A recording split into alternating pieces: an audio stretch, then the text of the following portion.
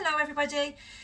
So we are creeping into this period of summer break, and we will shortly be breaking up for the school holidays.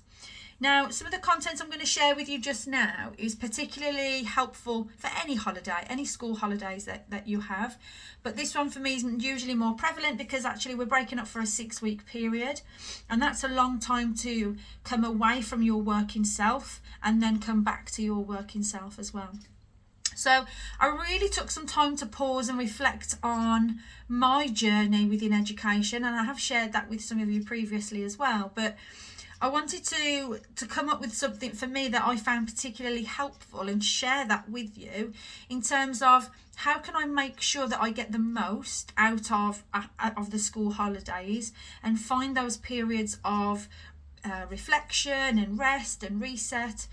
And so I came up with the 5R's. Now, our first R is reflect. For me, it's really important that yes, and this is usually the part that normally tends to happen. We reflect on, what's going on, what have we done, what could we do better, those even better ifs. I know that language is used quite a lot still in education. So how could we shift and change things so that it better meets the needs of myself and my role, it better meets the needs of the children and the young people that we're working with, and perhaps the wider school community as well. It's helpful at that point if we can pay particular attention perhaps to the environment, perhaps your curriculum, perhaps the classroom itself, your teaching style, any of those things really. But just take the time to pause and reflect on what do I need to change so that I'm meeting the needs of myself and the wider school community as well. More importantly for me, because this is the part that's often missed and forgotten, we generally tend to forget to find the time to celebrate those quick wins or celebrate those successes in amongst our journey. I think today, because we're so fast paced, we can dwell and review all of the things we need to do better, but we don't necessarily tend to spend as much time acknowledging all the good or all that impact that we've had throughout our journey. We tend to just brush over it and move on to the next thing. So it's really important that you can take the time to acknowledge the successes in amongst your journey as well, and recall those, those really good moments of progress and impact that you've been a part of, because they will be there. And it's also for me as well, during that little period of maybe internal or self-reflection, let's share that, because if there is some best practice in amongst that can really help us to share and feed into the wider school community as well. Number 2 from me is to reset. Now, for me, this should be something that we're looking to do before we break up, though some people prefer to do it, just before they return or perhaps midway through the holiday. For me, I like to set boundaries and let myself know that this is when this is going to be done so that I can then enjoy the rest of the holiday, because I've done what I feel I need to do to enjoy the rest of my holiday. So I would encourage you to do this reset period before you break up. And that can be a reset of your classroom. Is your classroom meeting your needs? Environmentally so? Is your display boards, do they need to be revamped or reviewed? Do we need to have a move around of the furniture, or perhaps have a little clean up, or really have a think about and pause on the needs of your students and your children and young people, the needs of yourself and your wider team that perhaps are in your classrooms every day, and just the wider school community and the wider school environment as well. It's always good to have a little bit of a reset, but also to review if your environment is meeting the needs of your whole school community, including yourself as well. For me, number 3 is to rest and recharge. Now, for me, this is particularly important. I think sometimes there's this feel of, when you're on a holiday and it's the 6 weeks holiday, we've got to be doing all the time. We've gone on this holiday, we've been on this day out, we've done a spa day, I've met up with people, we've had a coffee, been for food. And it can feel very like I'm doing this today and this tomorrow and this But actually, it's okay that sometimes we just do nothing. Maybe sometimes we just sleep. Maybe sometimes we just stay home. Maybe sometimes we just spend some time in the garden, So we don't always need to be doing. And I think that there's an acknowledgement there that that's okay.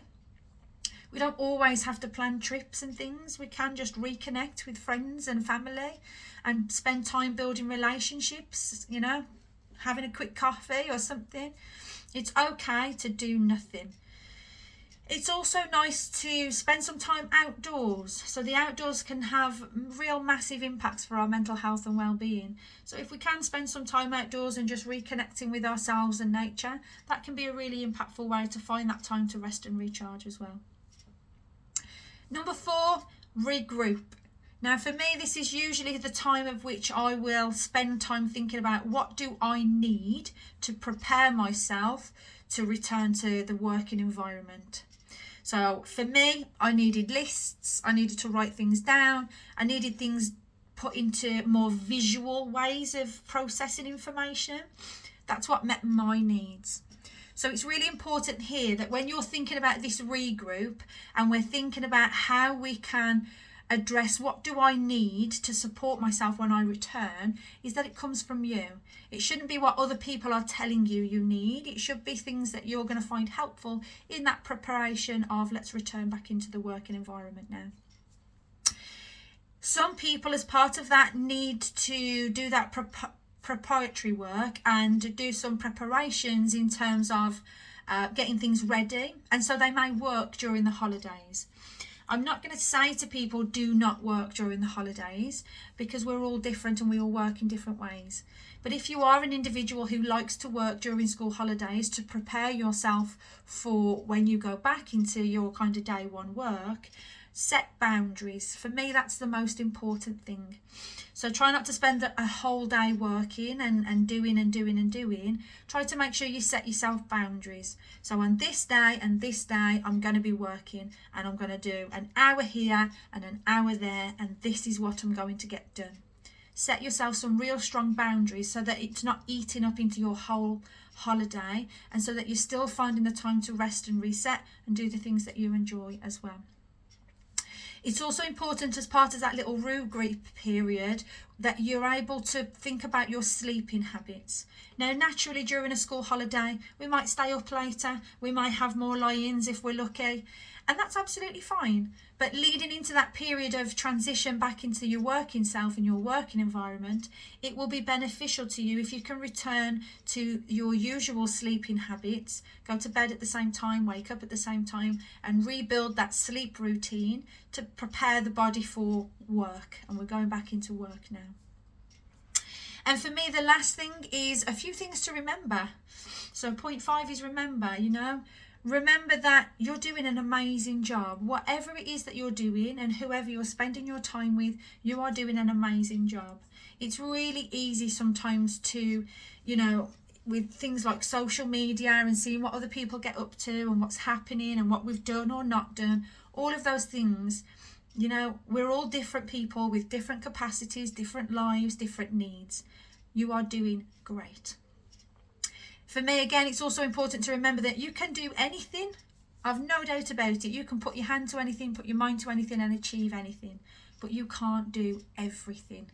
And you most certainly cannot do it all at once. So in amongst all of this, for me, the most important thing to remember is you. You are an individual. You're not just a professional. You're not just a mum or a dad or an aunt or an uncle or a brother or a sister or, you're you. And you are just as important as everybody else. I hope that's been insightful for you. Stay in touch with us, follow us. There'll be lots more to follow that will be supportive for you guys in your school community. My name's Tanya Birch, Education Mental Health Specialist here at Innovating Minds, and I look forward to speaking to you all again soon.